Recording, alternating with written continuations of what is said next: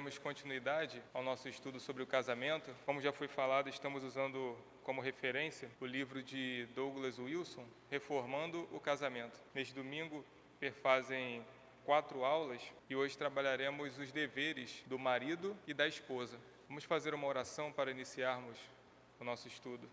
Deus amado, Pai bondoso, obrigado, Senhor, pelo privilégio que o Senhor nos concede, estarmos reunidos a fim de aprendermos mais da Tua palavra, aprendermos mais do Teu querer, dos Teus ordenamentos para uma vida em matrimônio.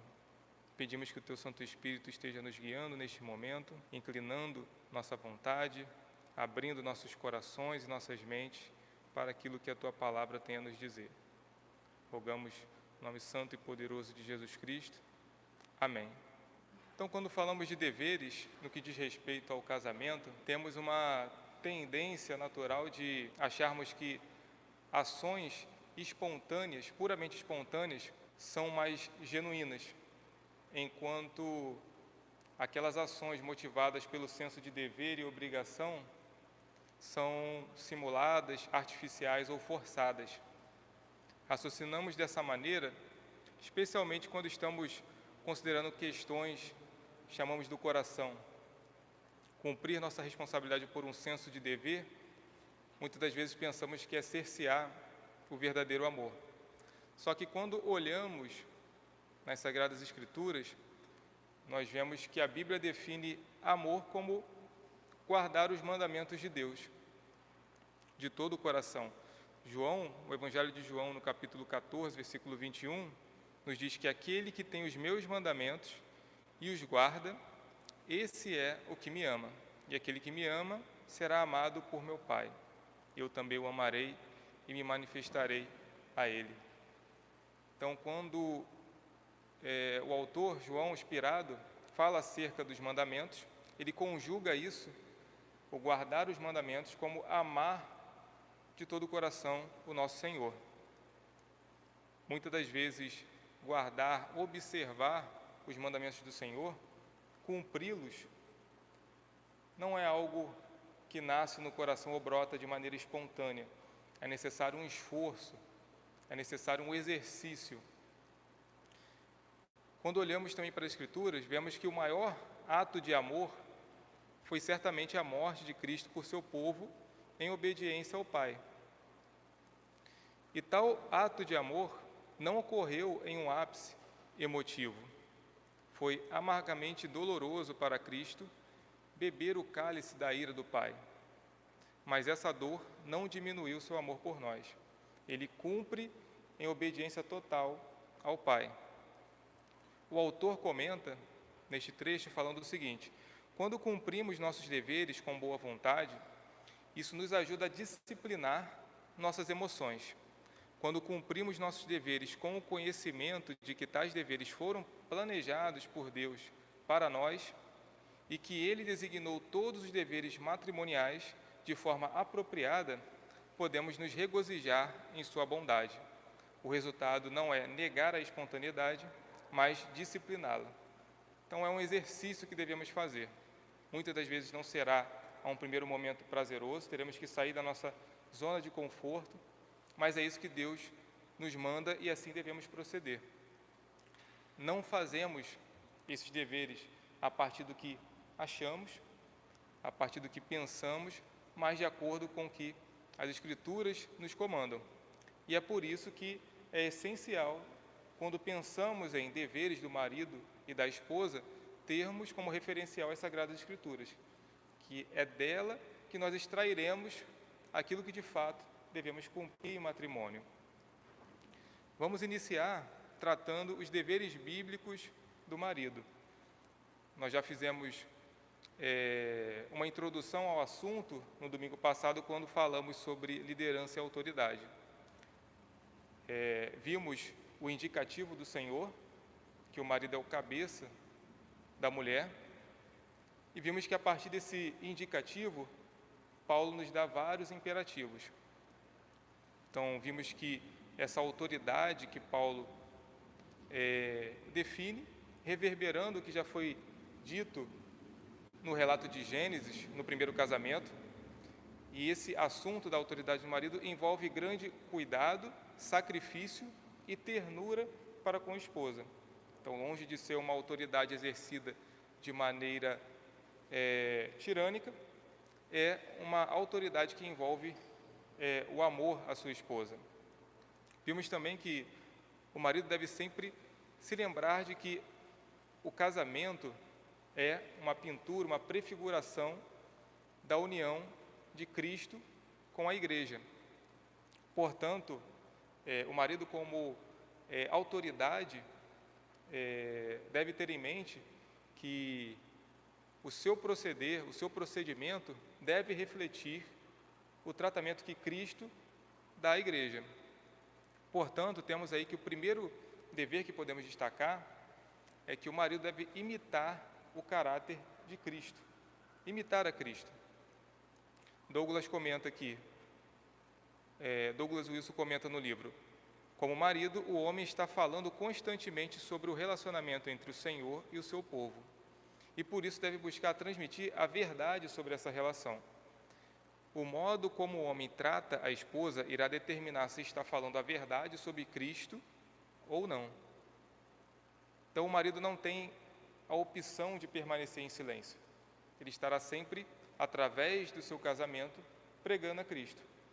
Ele pode estar pregando a verdade ou falando uma heresia. O marido deve aprender a imitar o caráter de Cristo, porque seu relacionamento está a todo tempo falando sobre Cristo e a igreja. Um segundo dever do marido é ser o provedor de sua esposa. Isso significa que ele deve alimentá-la, cuidar dela, do mesmo modo como cuida do seu próprio corpo. Vimos também, quando analisamos no domingo anterior, no capítulo 5 de Efésios, mais especificamente no versículo 29, que Paulo trata acerca disso. Ele diz: porque ninguém jamais odiou a própria carne, antes a alimenta e dela cuida, como também Cristo faz com a igreja. O termo original, que é traduzido como alimentar, tem esse significado, de nutrir e também de conduzir à maturidade. Então, é um dever também do marido. A palavra cuidar também pode ser traduzida como manter aquecido, abrigar com cuidado amoroso. Então, o homem que não demonstra um cuidado terno e especial para com sua esposa e que então espera que ela seja frutífera e amável, de forma alguma está sendo um verdadeiro marido. O homem deve amar sua esposa de forma sacrificial, como é dito em Efésios 5:25, e a menos que cultive seu jardim com extraordinário cuidado, não deve esperar outra coisa, exceto ervas daninhas. É um comentário do autor sobre esse assunto. Então, o homem deve cultivar no ambiente matrimonial, em seu lar, em sua casa, esse cuidado para com sua esposa. Se ele não faz isso, ele não pode esperar nada mais do que o autor destaca aqui. Um marido piedoso deve suprir sua esposa com o alimento que ela necessita. Tanto o Antigo quanto o Novo Testamento fala acerca da provisão do alimento como uma obrigação do marido. No Novo Testamento vemos que um homem que não cuida de seus parentes é pior do que o incrédulo. Então, se alguém não tem cuidado dos seus, e especialmente dos da própria casa, tem negado a fé e é pior do que o descrente. Isso está em 1 Timóteo 5, versículo 8. Então, é estendido até aos parentes. O que dirá seus dependentes ali diretos, no caso, a esposa e seus filhos. A negligência quanto a esses aspectos é comparado com a descrença, ou seja, é equivalente à apostasia, é negar a Cristo, é negar a fé. Êxodo 21, versículo 10, mostra que a Bíblia exige que o marido supra sua esposa com mantimento, roupas e direitos conjugais. Então, todos esses aspectos estão incluídos nessa provisão que o marido deve dar. E o texto de Êxodo 21, versículo 10, ao prever direitos conjugais, está falando acerca do dever do marido de suprir as necessidades sexuais de sua esposa. Como vimos também em outra oportunidade, em 1 Coríntios 7, versículo 3 a 4, Paulo vai trabalhar sobre isso. Que o marido conceda à esposa o que lhe é devido e também, semelhantemente, a esposa ao seu marido. A mulher não tem poder sobre o seu corpo, e sim o marido, e também, semelhantemente, o marido não tem poder sobre o seu próprio corpo, e sim a mulher. Então, Paulo emprega essa linguagem de maneira muito forte para comunicar que, neste aspecto, neste assunto, a autoridade do marido e da mulher são igualadas. Porque a mulher não tem direito sobre o seu corpo, e sim o marido, e da mesma forma o marido. O autor comenta, ele diz que essa área é uma área na qual a esposa exerce também autoridade sobre o seu marido. Um outro ponto ainda dentro desse assunto é que o marido não deve negar a esposa a oportunidade de ter filhos. Como vimos no segundo estudo, vimos que um dos propósitos, uma das razões que a Bíblia traz para o casamento é a geração de uma descendência piedosa. E, de fato, o marido não pode se colocar ou resistir ou impedir isto, porque é um propósito. Deus cria o casamento também com vistas a isso. O próprio Messias, o nosso Salvador, ele é um descendente, ou seja, nos planos de Deus, Deus estabeleceu que ele viria através de uma família. Um outro ponto é que o marido deve estar contente com sua esposa. Então, o marido deve manifestar contentamento, ou seja, satisfação. Jesus, quando trata desse assunto, ele fala no capítulo 5 de Mateus, a partir do versículo 27, ele diz: ouvistes que foi dito, não adulterarás. Eu, porém, vos digo, qualquer que olhar para uma mulher com intenção impura, no coração, já adulterou com ela. E o 10º mandamento, em Êxodo 20, 17, nos afirma que é proibido cobiçar a mulher do próximo. Não cobiçarás a mulher do teu próximo. E não somente é proibido desejar a mulher do próximo, mas também, de forma positiva, é ordenado estar satisfeito com a esposa que tem. Provérbios 5, nos versículos de 15 a 19, nos é dito isso. E o autor comenta acerca deste ponto. Comparar uma mulher com outra em silêncio ou em voz audível, com palavras ou ações, é sempre destrutivo. E quanto mais se compara, menos o contentamento é possível. O marido deve estar contente, ou seja, satisfeito, em todas as áreas.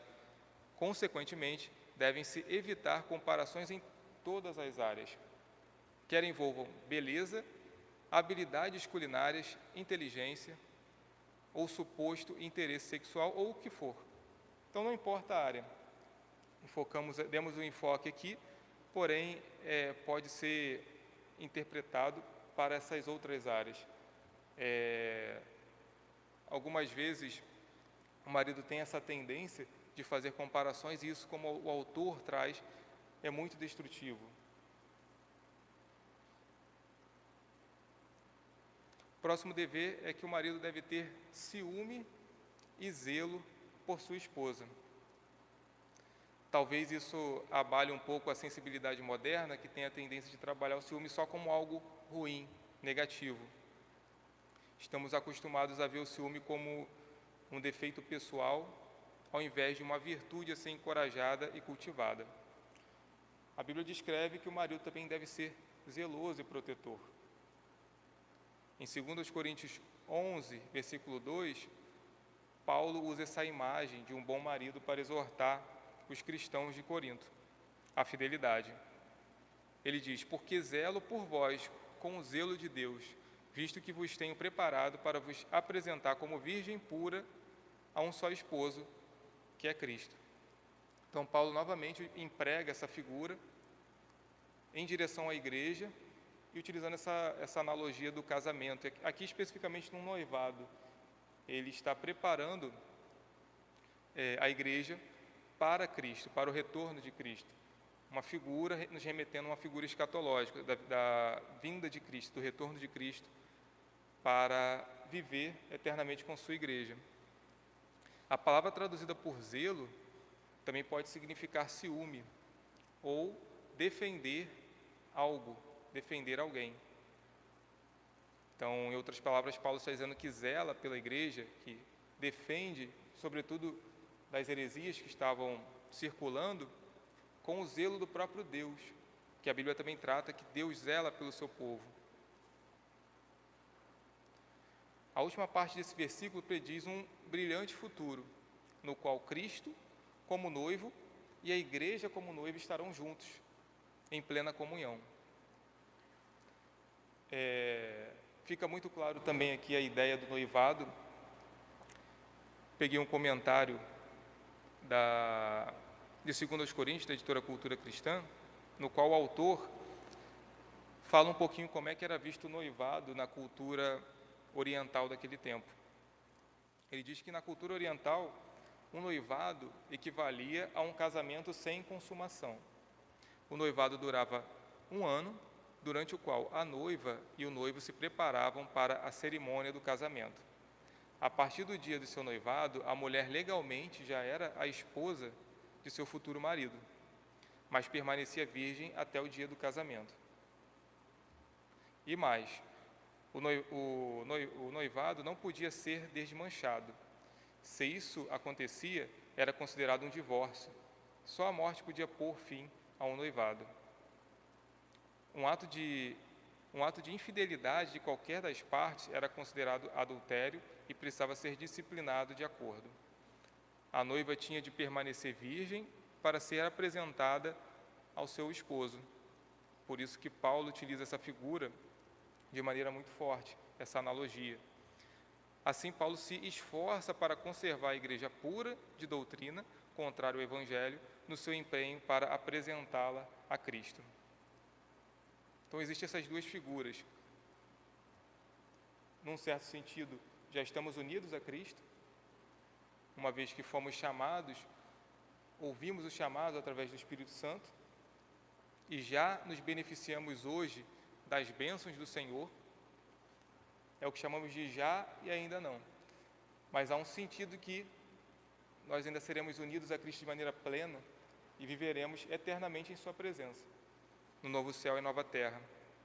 E é para isso que Paulo está apontando aqui, que através do seu ensino, através da sua preocupação, do seu zelo, ele estava preparando a igreja para esse encontro final. E analogamente, o marido também tem essa responsabilidade de zelar, de cuidar de sua esposa, preservando-a também para esse grande dia. Os maridos darão conta diante do Senhor acerca do seu trabalho, acerca da sua obra em relação às suas esposas. Ao seguir o Senhor, os homens cristãos devem se lembrar de um dos nomes de Deus. Êxodo 34, versículo 14 nos diz: porque não adorarás outro Deus, pois o nome do Senhor é zeloso. Sim, Deus zeloso Ele é. Então é uma das formas, um dos nomes que é atribuído ao Senhor no Antigo Testamento. Aqui, de fato, também está presente essa conotação de ciúme, ter ciúme do seu povo. Deus zela pelo seu povo. Então é verdade que o zelo ou ciúme pode ser errado, destrutivo, quando motivado por amargura, ressentimento, malícia. Mas o mesmo pode ser dito de muitas outras atitudes. Qualquer outra atitude que for regada por esse tipo de sentimento ruim, pecaminoso, certamente será pecaminoso. Mas o ciúme não precisa estar misturado ao pecado. E em diversas circunstâncias ele não é pecado. Um outro dever do marido é honrar, respeitar a sua esposa. 1 Pedro 3,7 nos diz: marido, vós igualmente vivei a vida comum do lar, com discernimento e tendo consideração para com a vossa mulher, como parte mais frágil. Tratai-a com dignidade, porque sois juntamente herdeiros da mesma graça de vida, para que não se interrompam as vossas orações. Então a Bíblia trata e vê a mulher como o vaso mais frágil. E essa fragilidade se refere à resistência física, não tem a ver com habilidades intelectuais, morais, coragem ou força espiritual. Está ligado à questão física. Portanto, com isso, o apóstolo Pedro está nos dizendo aqui que o marido deve honrar a sua esposa como vaso mais frágil. Ele não deve abusar de sua posição de autoridade do lar, reconhecendo sim a fragilidade da mulher, porém não abusando dessa fragilidade, mas honrando. O mundo moderno tem a tendência de descartar esse tipo de visão. O mundo moderno, condicionado à visão feminista, vê isso como que a Bíblia trabalhasse uma ideia de sexismo. Porém, o conceito, essa verdade de que a mulher é um vaso mais frágil, é algo completamente comprovado. É um indicativo, não há o que se discutir contra o indicativo do Senhor. O problema, nesse aspecto, está que o homem normalmente não sabe honrar a fragilidade. Como consequência, se há qualquer tipo de problema no casamento, os homens tendem a entrar numa relação de rivalidade e competição com a sua esposa. E isso também é destrutivo.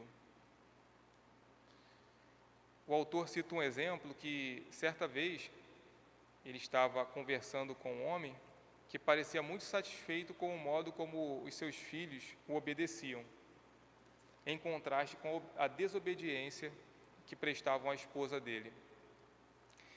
Ele estava regozijando-se porque, quando dizia para fazer algo, as crianças o obedeciam, mas quando a sua esposa dava a ordem, as crianças se recusavam a obedecer.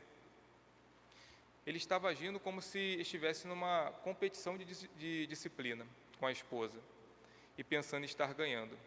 Mas o fato é que, quando as crianças não atendiam a mãe, mostravam que havia uma deficiência na disciplina do pai. O problema dela era problema dele. O marido tem a responsabilidade de assegurar que as crianças nunca sequer chegarão a pensar em desobedecer à mãe sem que vejam a sombra do pai surgindo atrás delas. Então, a fragilidade de um é a fragilidade do outro. E Pedro vai nos mostrar que ambos, o casal, juntamente, são herdeiros da mesma graça, ou seja, herdeiros da mesma herança. Por isso, longe de explorar sua esposa, o marido deve honrá-la.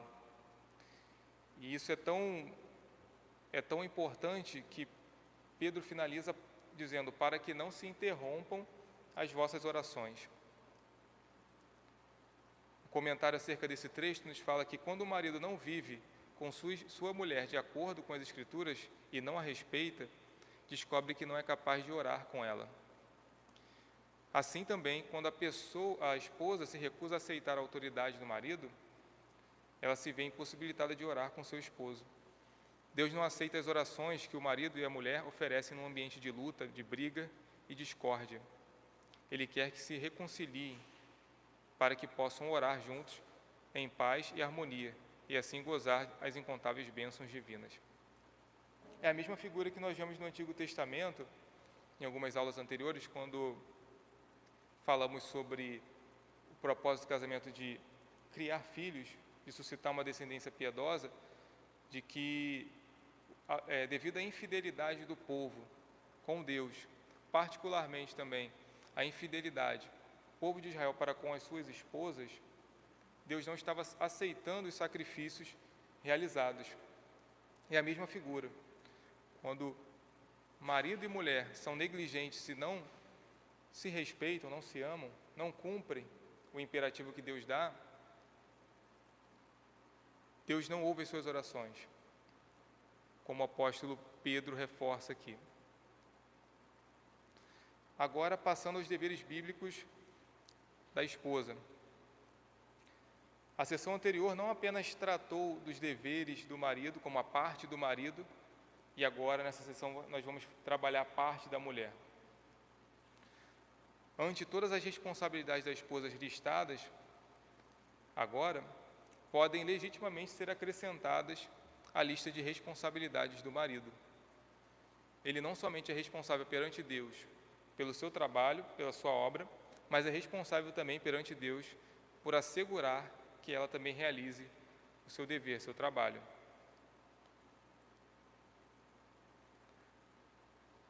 Como vimos em Efésios 5, versículo 22 e 23, é dever da mulher respeitar o marido. Paulo enfatiza o dever do marido de amar a esposa e da mulher de respeitar o marido. O dever fundamental do marido é amar a esposa e, em contraste, o dever fundamental da mulher é respeitar o marido. O respeito nessa situação implica tanto honra quanto obediência. Como vimos, o fato de respeitar não significa que o amar também não esteja incluído. Tito, capítulo 2, 3 a 4, nos mostram, quando falando às mulheres idosas, é recomendado que as mulheres idosas, ou seja, com mais experiência, ensinem as jovens recém-casadas a amarem seu marido. Porém, quando a Bíblia trata de deveres da esposa, deveres específicos da esposa, a ênfase recai sobre o respeito. Um outro dever da esposa é gerar e cuidar dos filhos. A esposa deve também, conforme a providência do Senhor, permita ter filhos. 1 Timóteo 2,15 nos diz: todavia será preservada através de sua missão de mãe, se ela permanecer em fé e amor e santidade com bom senso. Missão de mãe ali está ligado ao ato de dar filhos. Foi o nome atribuído, tem a ver com o nome também atribuído por Adão, como vimos, a sua mulher, em Gênesis 3:20, Eva, que significa portadora de vida. Então, a própria missão da mulher se confunde com o seu nome, ou seja, gerar filhos. Além disso, ela deve nutrir os filhos e cuidar deles com grande ternura. 1 Tessalonicenses 2, versículo 7, ali na parte B, Paulo utiliza um comparativo, dizendo que fomos bondosos, aqui são uma referência aos apóstolos, né? Os apóstolos foram bondosos quando estávamos entre vocês, como uma mãe que cuida dos seus filhos, dos seus próprios filhos. Então, a analogia do cuidado apostólico com a igreja é o mesmo que o de uma mãe com os seus filhos. Isso não parece como um exemplo, mas é uma ordem positiva. Ainda também no texto de Tito, no versículo 4 a 5, é dito: assim poderão orientar as mulheres mais jovens a amarem seus maridos e seus filhos, a serem sensatas e honestas, prudentes e puras. Em decorrência disso, vemos um outro dever das mulheres, que elas devem ser diligentes no lar. Ainda no texto de Tito, dos versículos de 3 a 5, mostra que as mulheres idosas, que são tratadas como mestras do bem, devem instruir as recém-casadas, como nós vimos, a amar os maridos e a seus filhos, a serem sensatas, honestas e boas donas de casa, bondosas, sujeitas ao marido, para que a palavra de Deus não seja difamada. Então, vemos aí o dever da mulher de ser diligente no lar. A mulher deve ser uma boa administradora de seu lar, produtiva, como uma verdadeira mulher sábia que edifica o seu lar.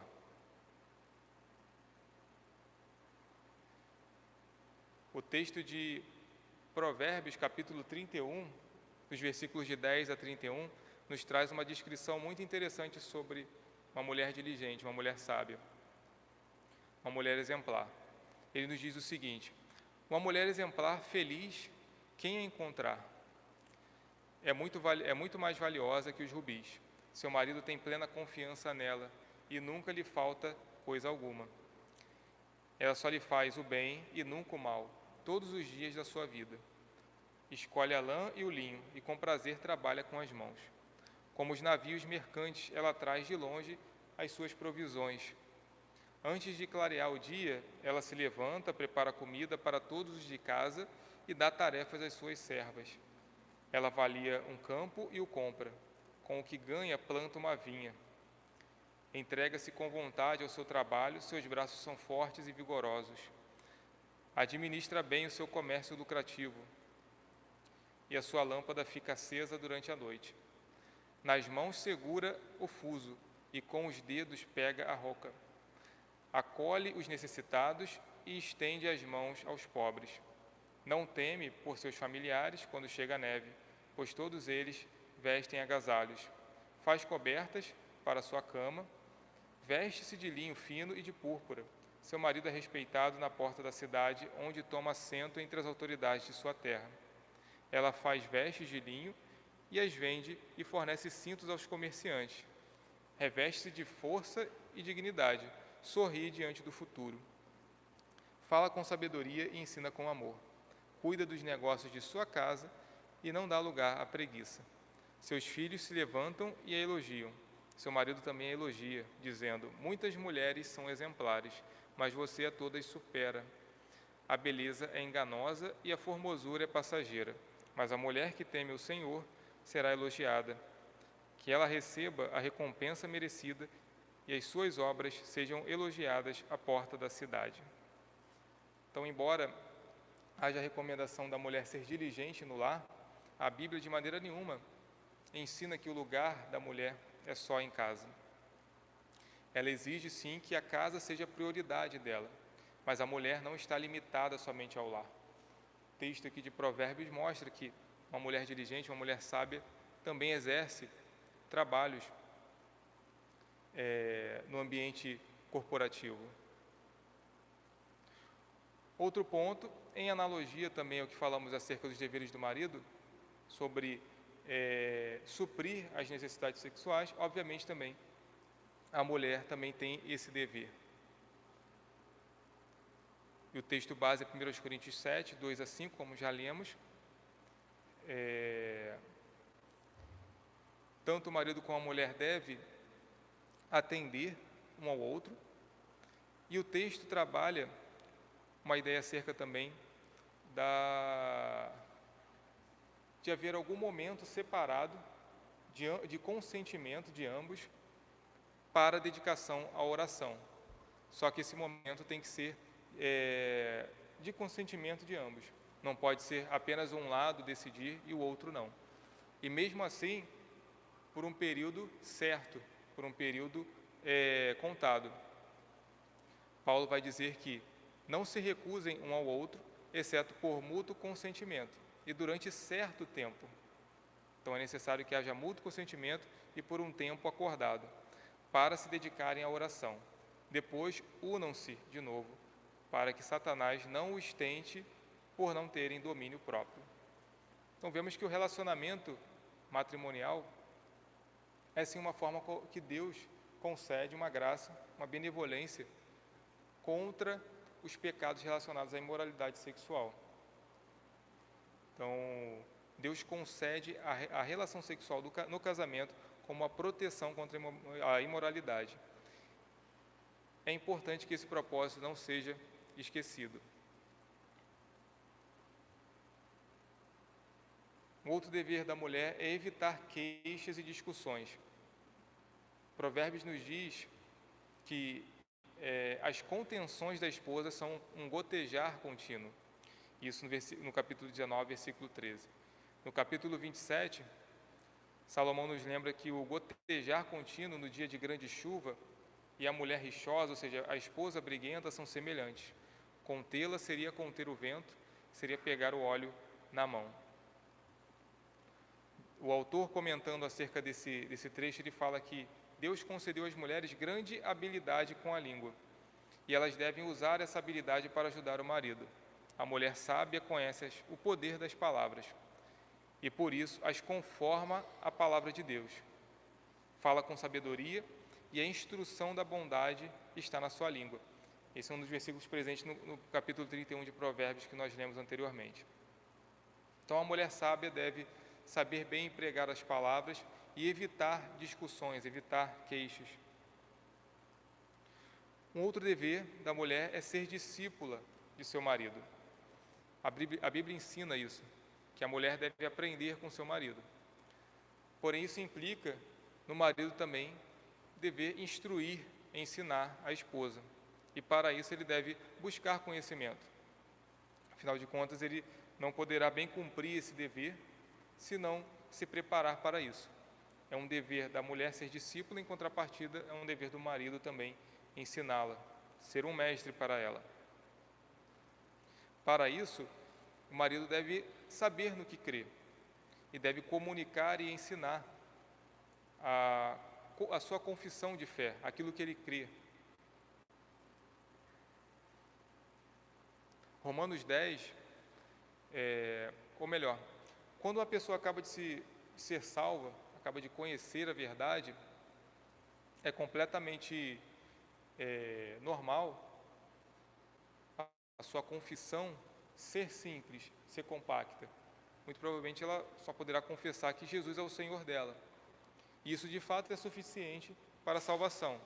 Paulo nos diz isso, em Romanos 10. Se pensares Jesus como Senhor e em teu coração creres que Deus o ressuscitou dentre os mortos, serás salvo. Porém, para cristãos com o maior tempo de conversão, é esperado além disso, é esperado mais do que isso. Hebreus 5,12 nos diz: com efeito, quando devias ser mestres, atendendo ao tempo decorrido, tendes novamente necessidade de alguém que vos ensine, de novo, quais os princípios elementares dos oráculos de Deus, que são os princípios elementares da palavra de Deus. Assim vos tornastes como necessitados de leite e não de alimento sólido. Então o problema reside no fato do cristão conhecer a verdade, ser salvo, porém viver numa estagnação no que diz respeito ao conhecimento bíblico, ao conhecimento das doutrinas. E isso aqui o autor de Hebreus está escrevendo para todos os cristãos. Mas, diante da responsabilidade do marido, pesa se tem um peso maior sobre o seu dever de buscar conhecimento, buscar nas Sagradas Escrituras conhecimento a fim de ensinar não somente sua esposa, mas também seus filhos. Um homem pode não ter sido vocacionado para ser um teólogo, mas em sua casa ele ainda é o teólogo de ofício. O marido deve estar preparado para responder às perguntas doutrinárias de sua esposa. E se não souber, ao menos saber onde procurar, saber onde buscar e corrigir essa deficiência. E isso só é desenvolvido através de uma leitura atenta, constante das Sagradas Escrituras e também a busca de boas literaturas, de bons autores que refletem de maneira mais límpida o ensino das Sagradas Escrituras. E já caminhando para a finalização, o último dever aqui que eu destaco da mulher, da esposa, é dedicar-se às obras de caridade. Então a Bíblia trabalha essa conjugação da esposa com a dedicação a obras de caridade. Quando Paulo está considerando o tipo de viúva para realizar certas funções relacionadas à caridade e funções espirituais na igreja, ele estabelece um alto padrão.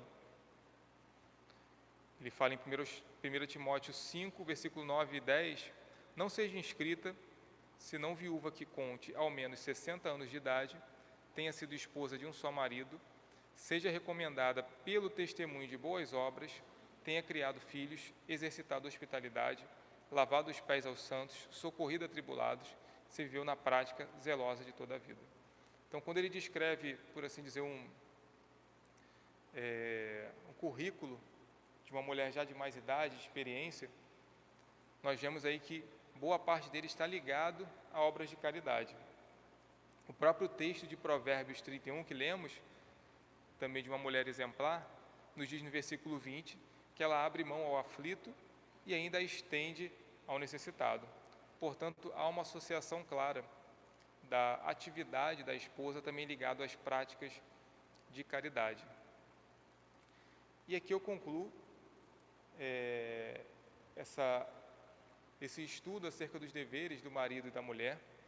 Minha oração é que sejamos orientados por Deus através do seu Santo Espírito para não somente conhecer esses deveres, mas de fato tenhamos a força devida, a inclinação necessária para cumpri-los. Muitas das vezes não nos falta conhecimento. Pela graça do Senhor somos alimentados, somos membros de uma igreja visível que enfatiza fortemente a pregação da palavra, porém, muitas das vezes nos falta a inclinação para trazer esse conhecimento à prática. Aquilo que falamos, se não me engano, na primeira aula, associar a ortodoxia, ou seja, a doutrina reta, à prática.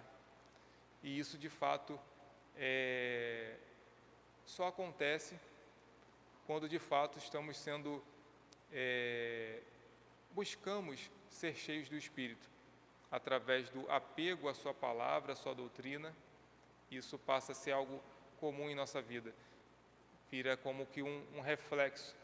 Assim como temos reflexos quando estamos em perigo, de se distanciar do perigo, também deve ser um ato reflexo nosso, diante das diversas dificuldades da vida, reagirmos como Cristo reagiria, como a palavra nos comanda.